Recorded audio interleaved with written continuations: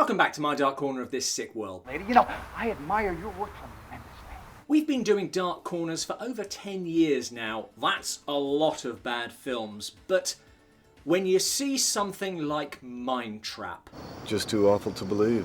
It's that perfect storm of so badly made, so badly written, so confusing and genuinely nasty. Isn't that a little harsh? I honestly feel sorry for the actors. I think you need a new agent, darling. I don't know where to begin. Never buy a house from someone named Mother Hubbard. Sisters Shana and Ginger lost their father a month ago, so it should be a surprise when he turns up at the naval base where Ginger works. I love you, but I'm going to be dead again soon. Ginger takes it in her stride as her father explains. They've taken over the mind control division. His death was faked by bad guys who were after his work on something called the Dream Room. Everyone else wants to use it for torture or mind control. Ginger suggests the police. They'll close the case quicker than Mother Teresa's legs. Something everyone wants to hear their father say. But now... Get out of the way, a pretty girl ain't no bulletproof vest.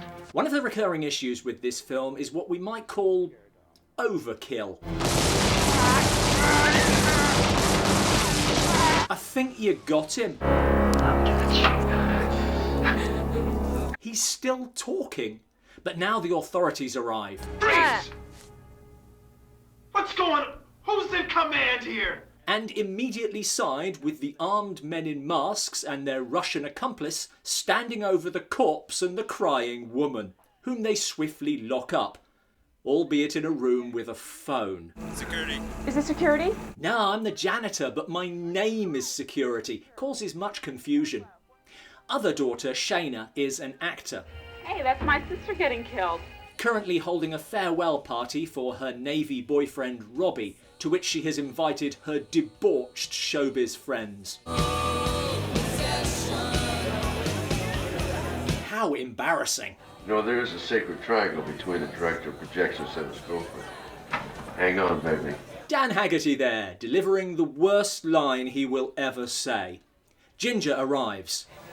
He was alive. I saw him, but they killed him again. How traumatic. What did he say? His last words? I love to Shana. Slap in the face for Ginger, but she's been followed. Who are these guys?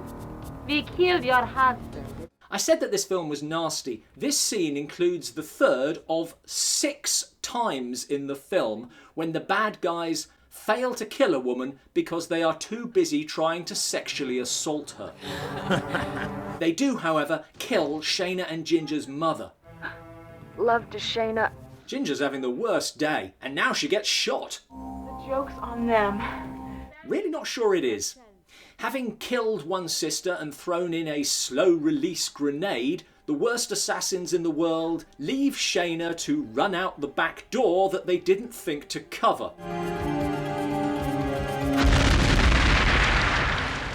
They silence Shana by cutting off one of Robbie's fingers and leaving him for her to find. You think he looks bad now? Wait till you testify. Love the bad guys. I imagine the voiceover was a last-minute decision, and there does seem to have been some problem with the audio in this movie because voices change mid-line. That's why I got the timer. Now you got the photos for that negative Anderson spot? This is political commercial director Roger Ratka and his topless secretary. Because... Of course, I know his work. Didn't he do that commercial Red Dawn over Massachusetts? His first political campaign was in college. What school was this? Now, you haven't heard of it. No? What happened? But right after the new student body president was sworn in, the school went bankrupt. There were massive race riots and everyone was killed. But you won't have heard about it. Very peculiar. The media didn't really cover the school where everyone got killed. Well, that must take the fun out of class reunions. Ratka's somehow involved because the ultra-right-wing, commie-hating conservative is the natural ally of the Russians. Well, pardon me while I whip out my perestroika. With her family dead and her boyfriend in shock... They chopped his finger off and now he's catatonic. He did call her? Shana, that's my finger you got there. Shana sets out to reap revenge, tailing bad guy Mojo. at a distance of 5 feet, bringing along her catatonic boyfriend. Hi, Mojo. I thought I was being followed. No, she was so careful. Shana now uses a disguise. Oh, where did Shana go? I knew a girl looked just like you once. Really? But her name was Shana. So I guess it can't be you. Amazingly, this doesn't work, and Mojo takes Shana to see his boss. Hey, pull over. Why? I'll blow your brains out. Look out! Why did you let her drive?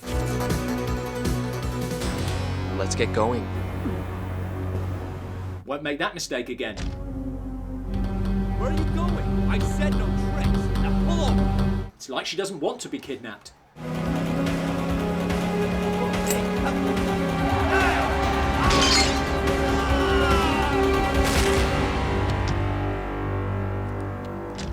You could learn a lot from a dummy. Having killed Mojo, Shana does her impression of Luke Skywalker.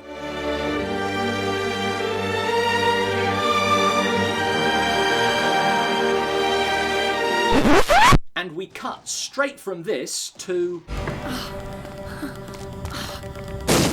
Shana, having changed clothes, arrives back where she met Mojo, where she left that car.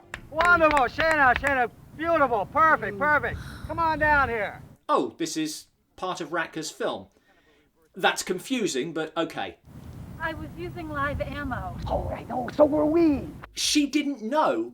She shot people.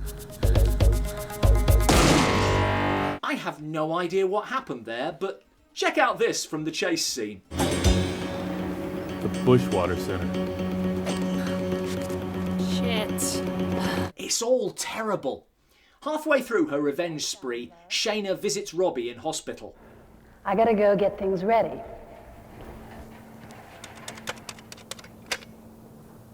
Right now, here in the hospital. Sonia Orlov. Who is this? Yes, Robbie is one of the bad guys, because if you're gonna betray your country, definitely do it for the people who cut your finger off. I just want to see you again. All seems lost as they now arrive at the dream room. Sonia, flip the switch. Ratka plans to blow the doors open and Shana up. How can she distract Robbie and effect an escape? Thank you, my love, for granting a horny maiden her last wish. How does it feel to fuck someone who killed your whole family? Yeah, this film is vile. Shana uses Robbie as a human shield, then kills the bad guys without the dream room ever having featured.